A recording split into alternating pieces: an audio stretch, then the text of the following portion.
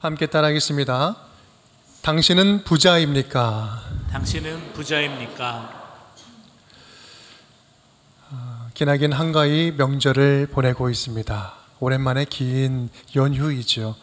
우리 명절 연휴를 잘 보내고 계십니까? 또 먼 길 다녀오신 분들 계시는데 안전하게 잘 다녀오셨는지요?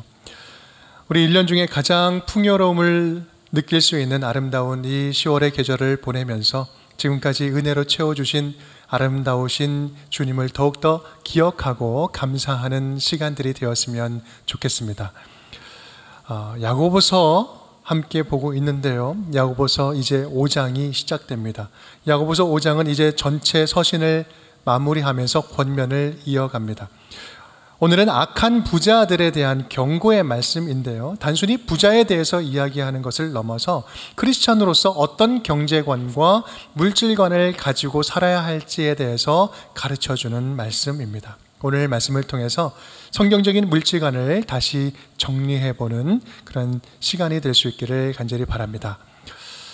본문은 강한 어조로 이 악한 부자에 대해서 아주 강한 경고의 말씀을 하지요. 1절 말씀입니다. 우리 함께 읽어보겠습니다.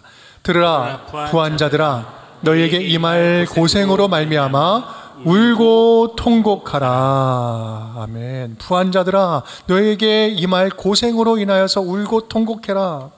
그렇다면 이 왜 부자에게 이렇게 저주에 비슷한 경고의 말씀을 하는 것일까? 우리는 먼저 오해를 좀 걷어낼 필요가 있습니다.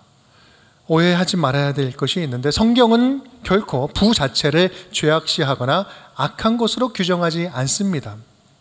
공산주의자들처럼 부자라고 무조건 일렬로 세워서 무차별적으로 난사하지 않아요. 다만 잘못된 목적으로 부를 추구하고 잘못된 방법으로 이 축제하려는 성도들의 그 물질에 대한 태도를 지적하고 있는 것이죠.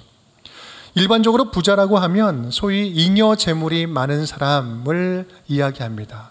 뭔가 먹고 사는 것 이외에도 가지고 있는 것이 많은 것을 부자라고 이야기하죠. 오늘 말씀은 그 남은 재물을 어떻게 잘 사용하고 있는지에 대한 그 의미와 동시에 근본적으로는요, 성도들이 참된 목적을 잃어버리고 이 부를 계속해서 쌓아 올리는 데에만 혈안이 된 그 모습을 지금 지적하고 있는 거예요. 경고하는 거예요.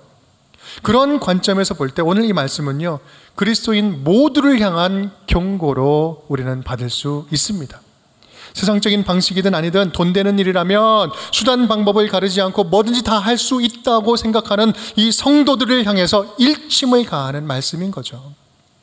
우리가 제대로 된 물질관을 갖지 못하고 살아갈 때, 제대로 된 성경적인 가치관을 갖지 못하고 살아갈 때 오히려 그 물질로 인하여서 울고 통곡할 일이 생긴다라는 말씀을 하는 거예요. 그렇다면 이 야고보서에서 말하는 이 악한 부자의 삶의 모습은 어떤 모습일까? 한 3가지 정도로 정리를 해볼 수 있을 것 같아요. 함께 따라해 보겠습니다. 재물을 제대로 사용하지 않는 것입니다. 재물을 제대로 사용하지 않는 것입니다. 재물을 제대로 사용하지 않는다. 2절 3절 말씀 우리 함께 읽어볼게요. 너희 재물은 썩었고 너희 옷은 좀먹었으며 너희 금과 은은 녹이 슬었으니 이 녹이 너희에게 증거가 되며 불같이 너희 살을 먹으리라. 너희가 말세에 재물을 쌓았도다. 아멘. 너희 재물이 썩었고 옷이 좀먹었고 금과 은이 안 쓰고 묵혀두니까 녹이 슬었는데 그 녹이 불같이 일어나서 너희 살을 먹으리라. 무시무시한 표현이죠. 무시무시한 표현이에요. 여러분, 오랫동안 쓰지 않은 동전들 여러분 보신 적 있죠? 만지고 싶어요? 아니요, 만지기 싫어요. 돈인데 더러워서 만지기조차 싫어요. 가장 더러운 것 가운데 하나잖아요. 사실 금과 은은 녹슬지 않습니다. 그럼에도 불구하고 오늘 금과 은이 녹슬었다라는 표현을 합니다. 이 말은요, 마땅히 사용되어야 할 곳에 마땅히 사용되어야 할 때에 돈이 사용되지 않는 것, 사용되지 않는 돈을 말하는 것입니다. 마땅히 써야 할 돈을 쓰지 않으면 오히려 그것을 가지고 있는 주인이 그 물질로 인해서 망한다라는 것을 이야기하는 거예요. 돈과 재물을 쌓고 모으는 것도 물론 의미 있는 일이겠지만 그보다 더 근본적으로 중요한 것은 그 재물들이 마땅히 쓰임받아야 할 곳, 사용되어야 할 곳에 잘 사용되는 것이 훨씬 더 중요한 일이다라는 것을 말씀합니다. 바로 그것이 이런 물질을 만들고 이 세상을 창조하고 또 물질을 유통하게 하고 그 사람에게 맡겨주신 하나님의 뜻이라는 말씀이에요. 하나님이 맡겨주신 것이 사용되어야 할 때 사용되지 않고 무작정 한켠에 쌓여만 있다면 그거는 은행에 있는 숫자일 뿐이고 쓸모없는 종이 조각 쓰레기일 뿐이라는 말씀입니다. 그래서 재물에 대한 성경적인 가치관 첫 번째는요, 재물을 많이 모으는 것보다 어떻게 사용하느냐가 훨씬 더 중요하다. 그것을 말합니다. 우리 교회도 이제 내년도 재정과 예산을 지금 세워가고 있습니다. 우리 교회는 건강한 교회를 위한 재정의 3원칙이 있습니다. 첫 번째는 계획성, 그리고 두 번째는 투명성. 벌써 8월 달부터 벌써 예산위원회가 만들어져서 그 계획적으로 지금 진행을 하고 있고요. 투명성, 여러분 우리 재직회 할 때 모든 원 단위로 모든 성도님들에게 다 공개를 하잖아요. 그리고 세 번째는 건강성입니다. 지금 이야기하는 이 세 번째 건강성이 바로 오늘 본문을 이야기하고 있는 본문 내용과 같아요. 교회 예산을 세우고 집행함에 있어서 어떻게 얼마나 어느 곳에 사용하느냐, 그것이 바로 교회의 건강성을 보여주는 것이다. 누가 얼마를 헌금했냐, 교회 예산이 더 늘어났냐 줄었냐, 더 많이 모였냐, 이것은 전혀 중요하지가 않아요.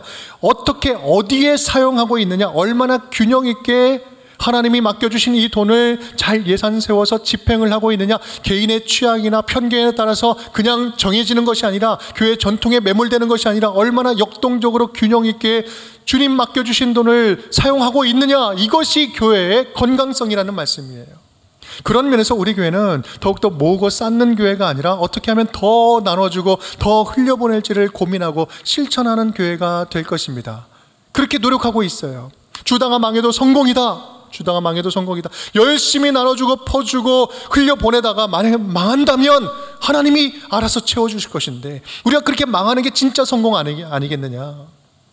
열심히 돈을 모으는 것이 아니라 열심히 돈을 더 잘 쓰는 것이 건강한 교회의 척도다라는 말씀입니다. 여러분, 또한 우리 교회는요, 다다음 주에 바자회를 합니다. 바자회. 지금 바자회 물품을 이제 모으고 있는데요. 다음 주에도 한 번 더 모을 거예요. 다음 주에 진행을 할 텐데, 여러분, 나에게는 철진한 옷이 다른 분에게는 철이 맞는 옷일 수 있어요. 집 옷장에 쌓아두면서 남겨져 있는 옷들, 옷장을 하나 더 살까 고민하지 마시고 여러분, 지금 1년 동안 안 내온 옷이면 그거 안 입을 확률이 99.9%입니다. 여러분, 미련을 버리시고 쌓아두지 말고 흘려보낼 수 있기를 바랍니다.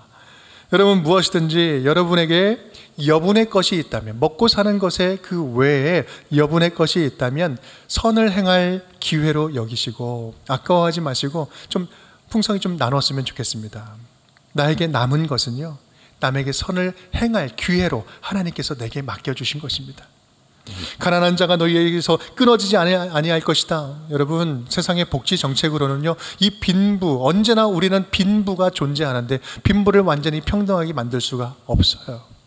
다만 조금 더 가진 자가 그 주변에 조금 더 없는 자를 돕고 흘려보낼 때, 그때야 비로소 하나님 나라의 평등이 이루어지고 참된 샬롬이 그 가운데 이루어진다는 사실을 꼭 기억할 수 있기를 바랍니다.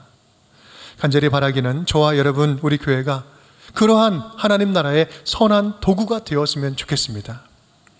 지금보다 훨씬 더 많은 것들을 하나님께서 부어주시고 흘러가도록 우리에게 맡겨주시는데, 그것이 우리에게 고여있는 것이 아니라 더 많이 잘 유통되도록, 흘러가도록 투명하고 역동적으로 유통시키는 그러한 깨끗한 통로가 되는 우리 운정교회, 또한 모든 성도님들 될 수 있기를 주님의 이름으로 축복합니다.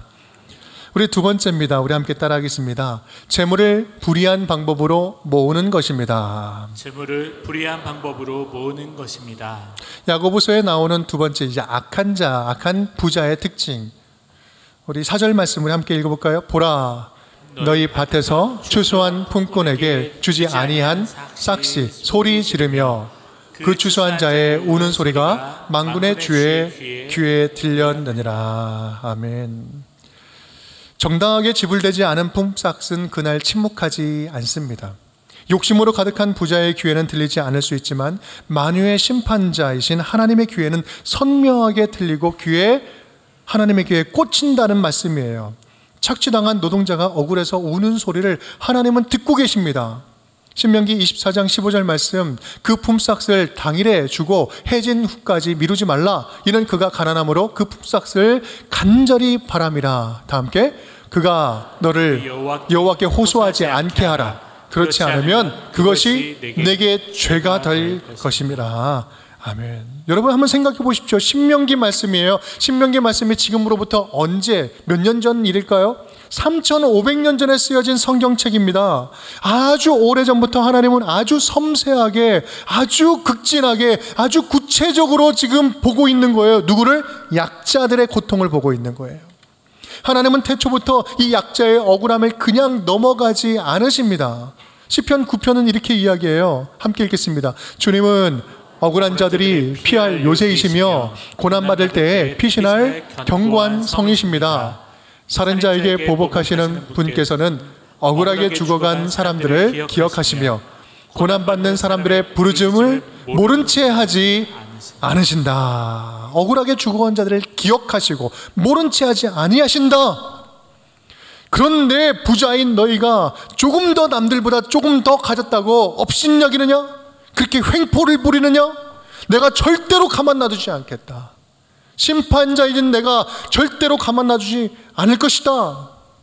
여러분, 남의 사정을, 형편을 그렇게 생각하지 않는 그런 모습은요, 바로 이런 모습들이 믿는 자나 믿지 않는 자나 세상의 부자들이 빠지기 쉬운 유혹이라는 거예요. 어떻게 하면 내 욕심을, 내 것을 더 채우고 늘리고 채우기 위해서 수단 방법을 가리지 않고 어떻게 하면 더 벌 수 있을까? 그러니 다른 사람들은 안중에도 없는 거죠. 욕심이 잉태한 즉 죄를 낳고 죄가 장성한 즉 사망을 낳느니라. 성도들아, 남들보다 조금 더 많이 가진 자들아, 이것을 조심해라. 이것을 조심해라. 네 욕심 채우느라고 다른 옆에 있는 사람 고난 가운데, 고통 가운데 억울하게 만들지 말아라. 여러분, 돈을 버는 것도 좋고 사업을 확장하는 것도 좋지만 그런 일을 하면서 남을 억울하게 하는 일은 절대로 해서는 안 됩니다. 그것은 스스로 전능하신 만군의 하나님과 원수 맺는 행동이에요. 오늘 말씀으로 봐서는 그렇습니다. 하나님의 참된 자녀로 살아가는 것은요, 이 세상에서 맡겨진 사회적인 책임을 다하는 것과 전혀 무관하지 않아요. 아니, 더 나아가서 오히려 우리가 사회적인 책임을 다하는 모습을 통해서 우리의 크리스천임이 드러나는 것이고, 우리가 믿는 하나님이 다스리는, 통치하는 나라가 우리가 가는 곳곳마다 이루어질 수 있는 것입니다. 사랑하는 여러분, 하나님은 저와 여러분 우리 모두에게 다양한 사람들을 붙여주셨어요. 맡겨주셨어요. 만나도록 맡겨주셨어요. 작게는 우리들의 가족들, 우리 아이들을 우리에게 맡겨주셨죠. 또 어떤 분에게는요, 직장에서 직원들을 함께 섬기라고 붙여주셨어요.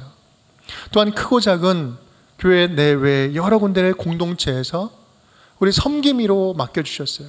책임 있는 자는 그만큼 섬기는 자로 불러 보내신 것이거든요. 바라기는 혹시 자신으로 인해서, 여러분으로 인해서 주변에 억울한 사람은 없는지 좀 더 세심하게 주변을 좀 살펴보았으면 좋겠습니다. 때로는 내가 너무나 이기적이어서, 무심해서 돌보지 않았고, 때로는 내가 너무나 무관심해서 마땅히 선을 행할 수 있었는데 행하지 않았던 그런 모습은 없었는지 다시 한번 돌아보면서 우리에게 맡겨주신 분들, 여러분에게 맡겨주신 분들을 복음으로 잘 섬길 수 있는 주의 자녀들이 다 될 수 있기를 주님의 이름으로 축복합니다. 우리 세 번째입니다. 세 번째, 악한 자의 특징 함께 따라하겠습니다. 재물을 불의하게 잘못 사용하는 것입니다. 재물을 불의하게 사용하는 것. 처음에 첫 번째는요, 제대로 제때에 사용하지 않는 것이 문제였다면, 두 번째는요, 이제는 자기에게 주어진 이 재물을 잘못 사용하는 거예요. 5절 말씀 우리 함께 읽어볼까요? 5절, 너희가 땅에서 사치하고 방종하여 사륙의 날에 너희 마음을 살찌게 하였도다. 아멘. 사치해서 자기 마음을 살찌게 했다. 하나님도 다른 사람도 아니고 자기 마음을 막 살찌게 했다는 거죠. 자기를 위해서 무작정 축적해 두는 것도 죄입니다. 그런데요, 쌓아두는 것만큼 사치스럽게 쓰는 것, 방종해서 쓰는 것, 이것도 심각한 죄가 된다는 말이죠. 왜 그렇습니까? 사치스러운 삶, 방종하는 것은 재물의 참된 주인이 누구인지 전혀 알지 못하는 행동이기 때문에 그렇죠. 내가 가졌으니, 내가 벌었으니 내가 맘대로 쓰는데 무슨 말이야, 무슨 생각이야, 자기 거라는 이야기죠. 여러분, 이것은요, 세상 모든 만물의 주인이신 하나님을 무시할 뿐만 아니라 하나님께서 내게 맡겨주신 의미도 모르고 왜 맡겨주시는 의도도 알지 못하고, 더 나아가서 하나님의 역사가 진전되는, 하나님의 역사가 이루어지는데 그것을 더욱더 적극적으로 방해하는 일이 된다는 말씀이에요. 본문은 그것을 이렇게 표현하고 있어요. 스스로 너희 마음을 살찌게 했다. 마음을 살찌게 했다. 자기만 기쁘게 한다는 이야기죠. 여러분, 누가복음 16장에 보면 부자와 나사로 이야기가 나오는데, 이 이야기는요, 이 부분을 굉장히 아주 잘 보여주고 있습니다. 누가복음 16장 19절 20절 우리 함께 읽어볼까요? 한 부자가 있어 자색 옷과 고운 베옷을 입고 날마다 호화롭게 즐기더라. 그런데 나사로라 이름하는 한 거지가 헌데투성이로 그의 대문 앞에 버려진 채. 지금 상황을 설명하는 거예요. 두 절 안에 모든 게 다 들어있어요. 이 뒷이야기는요, 둘 다 죽어서 하늘에 갔는데 아브라함이 나사로를 안고 있는데 음부에서 이렇게 쳐다보면서 슬퍼하는 그런 모습이 나와요. 22절 23절 제가 읽어보겠습니다. 이에 그 거지가 죽어 천사들에게 받들려 아브라함의 품에 들어가고, 부자도 죽어 장사되매 그가 음부에서 고통 중에 눈을 들어 멀리 아브라함과 그의 품에 있는 나사로를 보고, 지금 누가 봐요? 부자가 나사로를 보고 있는 거예요. 그런데 보면 22절 말씀 보면 거지도 죽고 부자도 죽고 모두가 다 죽는다는 거예요. 이 죽음 앞에서 벗어날 자 없어요. 이 세상에 조금 더 가졌을 수 있어요. 안 가질 수 있습니다. 하지만 결국은 다 죽습니다. 그런데 우리는 이 본문에서 질문이 있습니다. 여러분, 지금 함께 읽었는데 부자가 뭘 잘못했습니까? 뭘 잘못했습니까? 뭐 나사로를 때렸습니까? 무슨 막 악한 일을 했나요? 본문에는 잘못한 내용이 드러나지 않아요. 다만 그 사람 대문 앞에 버려진 거지가 있었는데 그 부자는 날마다 자색 옷과 고운 베옷을 입고 호화롭게 즐겼다. 여러분, 이것이 유일한 단서예요. 여러분, 이것은요, 부자들이, 가진 자들이 마땅히 돌봐야 할 그 사람을 돌보지 않는 그 지점을 하나님께서는 눈여겨보고 계신다. 하나님의 관심은 바로 그곳에 있다라는 말씀입니다. 내가 가진 것으로 내 마음대로 쓰는데 뭐가 문제야?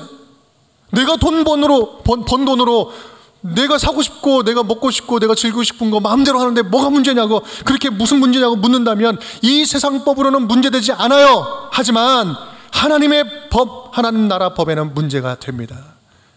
하나님 나라 법에는 심각한 문제가 돼요. 왜 그렇습니까?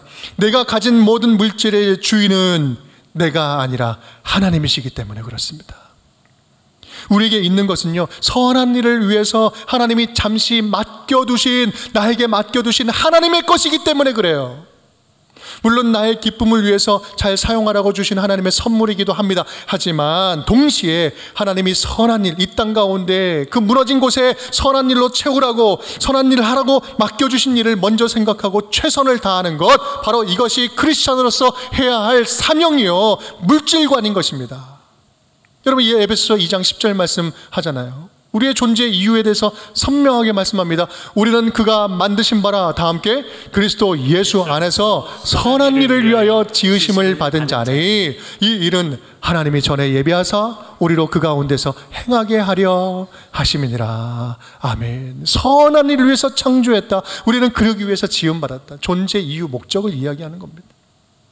사랑하는 여러분, 많이 가졌건 적게 가졌건 여러분에게 있는 물질을 사용함에 있어서 우선순위가 무엇입니까? 어떠한 일에 가장 큰 마음을 두고 가장 귀한 재물을 아낌없이 사용하고 있습니까? 여러분, 솔직히 우리 좀 스스로를 좀 돌아보자고요. 내가 가지고 있는 물질, 이 돈, 이것이 먹고 살 수 없을 만큼 넉넉하지 못한 것이 진짜 문제입니까? 아니면 마땅히 써야 할 곳에 사용하려는 순종하는 마음이 없는 것이 진짜 문제입니까? 오늘 야고보 말씀은요, 우리 안에 은밀하게 자리하고 있는 이 욕심으로 가득 찬 이 물질관을 향해서 외치고 있는 거예요. 사실 오늘 부자들이여 라고 이제 시작을 하는데, 여러분, 초대교회 성도들 가운데 부자가 있으면 얼마나 있겠습니까? 얼만큼 부자인지, 어느 지역에 사는 부자인지, 어떤 부자인지 야고보는요 관심이 없어요. 다만 하나님이 맡겨주신 것을 마치 자기 것인 양 사용하고 열심히 부자 되려고 일하면서 동분서주 뛰어다니지만 돈을 왜 벌어야 되는지 분명한 이유를 알지 못하고, 돈의 주인이 누구인지, 어떤 일에 제대로 써야 되는지 전혀 안중에도 없고, 물질을 계속해서 쌓아 올리는 것에만 혈안이 된 그 인생, 거기에 인생을 거는 그런 성도들을 향해서 제발 정신 차려라, 제발 정신 차려라 강렬하게 외치고 있는 것입니다. 사랑하는 여러분, 여러분은 물질에 대해서, 이 돈에 대해서 어떤 태도를 가지고 있습니까? 이 돈 버는 일에 대해서 어떤 생각을 가지고 계십니까? 모르긴 몰라도 저를 포함한 우리 모두는 예외 없이, 한 사람도 예외 없이 일단 알았으니 좀 많고 보았으면 좋겠습니다, 좀 있어 보면 좋겠습니다 라고 생각할 겁니다. 일단 재물이 쪼들리지 않고 많고 넉넉하면 하나님이 기뻐하시는 일, 그 선한 일 내가 충분히 잘 감당할 수 있겠습니다 라고 스스로 믿고 있는 거죠. 여러분, 진짜 그럴까요? 과연 정말 그럴까요? 물질을 사랑하는 유혹에 넘어가서 그런 건 아닐까요? 물질 자체에 마음을 빼앗겨서 그러는 건 아닐까요? 본문에서 언급하는 악한 부자는 재물이 많고 적고를 떠나서 물질을 사랑하는 자를 말합니다. 성경은 분명히 이렇게 말씀하고 있죠. 디모데전서 6장 10절 말씀 함께 읽겠습니다. 돈을 사랑함이 일만 악의 뿌리가 되나니 이것을 탐내는 자들은 미혹을 받아 믿음에서 떠나 많은 근심으로써 자기를 찔렀도다. 아멘. 하나님이 우리에게 주신 이 돈의 실체, 재물의 실체와 목적, 물질에 대한 우리의 태도를 분명히 세우지 않으면, 성경적인 가치관으로 물질관을 세우지 않으면 우리 모두는요 돈을 사랑할 수밖에 없는 존재다, 돈에 끌려다닐 수밖에 없는 존재다 라는 사실이에요. 우리는 이것을 인정해야 합니다. 사실 저와 여러분 가운데 돈에 있어서, 재물에 대해서 아주 나는 자유로워, 나는 없어도 좋아, 이렇게 그냥 편하게 이야기할 수 있는 사람이 몇이나 되겠습니까? 저도요, 돈 있으면 좋아요, 편하고 뭐 살 수도 있고 좋습니다. 예기치 않게 뭔가 생기면 기분 좋아요. 사람이 그렇죠. 이 돈의 문제는요, 모든 사람들의 삶, 생각, 그리고 판단, 깊숙한 곳까지 연관되어 있습니다. 무엇보다 인간 내면에 이 욕심과 긴밀하게 연관된다는 점에서 돈은요 철저하게 세상적인 것과 동시에 돈은 철저하게 영적인 것입니다. 철저하게 세상적인 돈이지만 이것은 철저하게 영적인 것이 된다는 거예요. 이 말은요, 우리가 돈에 대해서 어떤 태도와 관점을 갖느냐에 따라서 크리스찬의 거룩한 삶에 지대한 영향을 끼치게 된다라는 말씀을 하는 겁니다. 그래서 우리는 오늘 이 말씀을 통해서 물질에 대한 분명한 명제 하나를 얻을 수 있습니다. 우리 함께 읽어보겠습니다. 물질은 사랑의 대상이 아니라 사랑을 위한 도구입니다. 돈과 재물의 풍요로움은요, 하나님께서 요한복음 13장 34절에 서로 사랑해라, 내가 너희를 사랑한 것 같이 너희도 서로 사랑하라 라고 말씀하신 그 부르심을 위해서 주신 거예요. 서로 사랑해야 되는데 서로 사랑할 도구, 사랑의 도구로 주셨어요. 또한 보물이 있는 곳에 내 마음이 있다라는 성경 말씀이 있죠. 물질이 있는 곳에 마음이 있어요. 여러분, 그래서 하나님께 우리의 마음을 드릴 때, 그래서 이 물질에 마음을 담아서 드리는 거예요. 하나님이 물질이 없어서 착취하려고, 아쉬워서 달라고 하는 겁니까? 아니요, 우리의 마음을 드리는 것, 그래서 이 물질은요 거룩한 헌신의 도구가 되는 것입니다. 우리의 마음의 표현의 도구가 되는 거예요. 여러분, 이것이 우리의 물질 사용의 우선순위가 되어야 된다라는 말씀입니다. 사랑을 실천하고 주님께 헌신의 마음을 드리는 것, 그 안에서 그 다음에 우리에게 편리의 도구로 주신 것인지요. 특히 그런 관점에서 볼 때 가진 것이 많으면 많을수록 우리는 더 큰 책임이 있습니다. 가난한 자가 너희 가운데 끊어지지 아니하리라. 불완전한 이 세상을 주님 오실 때까지 사랑으로 회복해가고 채워가는 거룩한 도구로 우리에게 물질을 허락해 주신 것입니다. 그런 의미에서 우리는 성도로서 청빈해야 되고 청부해야 됩니다. 가난하더라도 깨끗한 마음으로 가난하고 또한 깨끗한 부자가 되어야 하는 것이죠. 가진 것이 많건 적건 하나님 앞에서 깨끗한 마음으로 맡겨주신 물질을 잘 사용할 때, 흘려보낼 때 하나님의 기뻐하심을 이 땅 가운데 세워가는 귀한 주의 자녀들이 되는 것입니다. 여러분, 그런 의미로 볼 때 저와 여러분은 부자 아닙니까? 그런 의미로 볼 때 저는 부자예요. 그런 의미로 볼 때 여러분 모두가 다 부자 아닙니까? 우리는 이미 십자가 위에서 무한한 사랑, 놀라운 하나님의 그 다음 없는 사랑을 받았습니다. 죽어 마땅한, 아니 이미 죽었던 존재인 우리를 죄에서 끄집어내서 심판에서 건져서 하나님의 자녀가 되게 새 생명을 허락해 주셨습니다. 우리는 이미 받을 것 다 받았어요. 하나님의 놀라운 사랑을 받았고 구원을 받았고 긍휼하심, 불쌍히 여기심을 받아서 지금 저와 여러분이 함께 하나님의 자녀로 이 자리에 있는 것입니다. 할렐루야. 바로 그래서 우리는 영원한 생명을 약속받은 저와 여러분은요, 하나님 나라를 유업으로 받은 하나님의 자녀들, 이 세상 모든 만물을 통치하시는 하나님을 아버지로 고백하기에 아버지 것이 다 내 것이, 그런 상속자로 받은 진짜 부자 아닙니까? 있으나 없으나 많으나 적으나 아무리 빈곤하고 누추하고 통장의 잔고에 바닥이 나고 희망이 없는 나날이 반복되어도 내 삶의 주인 되어주시는 예수 그리스도께서 내 인생의 텅 빈 잔을 주님께서 채워주실 줄을 믿습니다. 주님만을 의지하고 내 인생을 다 드리고 주님의 인도하심 안에 살아갈 수 있는 것, 여러분 이거 부자만이 할 수 있는 거 아닙니까? 여러분 사르밧 과부를 한번 보십시오. 열왕기상 17장 말씀, 우리 하나님께서는 엘리야에게 사르밧으로 가서 거기 가서 그 이제 막 죽으려고 하는, 가난해서 막 죽으려고 하는 그 과부에게 가서 밥을 얻어먹으라고 이야기합니다. 엘리야는 가가지고 너가 가지고 있는 것으로 나에게 떡을 만들어서 가져오라. 그에게 있었던 것은요, 한 움큼 그냥 그 가루였어요. 이거 구워가지고 이제 아들이랑 먹고 죽으려고, 소망이 없어서 죽기 바로 일보 직전에 그 과부에게 그렇게 이야기한 거예요. 여러분 이게 말이 됩니까? 그런데 그 과부는 어떻게 해요? 떡을 만들어서 엘리야에게 바칩니다. 갖고 와요. 여러분 그 엘리야, 그 과부가 어떤 마음을 가지고 이랬을까요? 나와 자식의 생명을 주고 하시는 하나님이 진짜 하나님이시고 말씀에 순종하는 것이 내가 온전히 살 길이고 하나님께 나의 생명이 있고 내가 알지 못하는 계획은 하나님께는 반드시 있을 줄 믿습니다. 주님께서 나를 채워주실 줄 믿습니다. 그 확신을 가진 영적인 부자 아니고서는 어떻게 이런 일을 할 수 있겠습니까?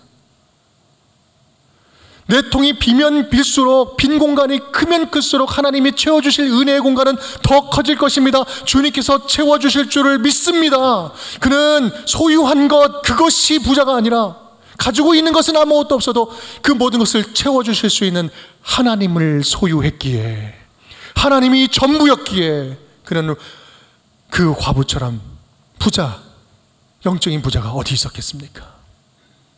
여러분 그것이야말로 진짜 부자지요.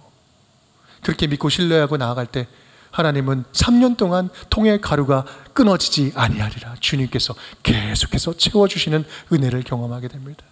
여러분 바로 이것이 성경에 나타나 있는 부자의 모습이에요. 여러분 신약으로 건너와 볼까요? 신약에도 한 과부가 있습니다. 그 과부는 성전에 들어가서 헌금을 합니다. 딸랑 2렙돈을 넣죠. 우리 누가복음 21장 말씀, 예수께서 눈을 들어 부자들이 헌금함에 헌금을 넣는 것을 보시고 또 어떤 가난한 과부가 2렙돈 넣는 것을 보시고 예수님이 두 사람을 보았어요.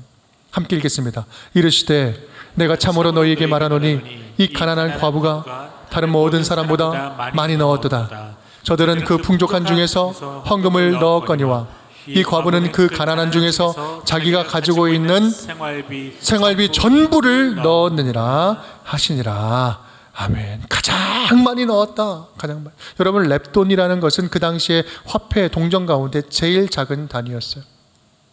화폐 가치는 우리가 지금 이 하루 일당을 한 10만 원 정도로 잡는다고 하면 지금 이 두 랩돈의 크기는 1,500원이에요. 1,500원.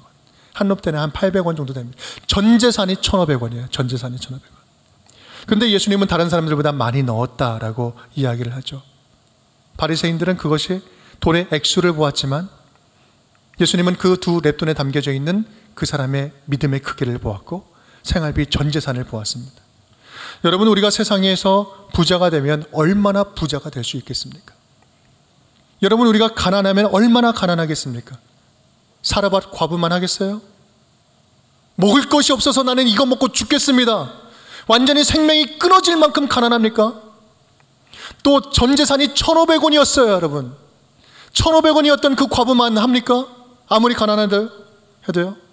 그런데 우리 하나님은 이 두 과부를 신구약에서 가장 큰 부자라고 소개를 합니다.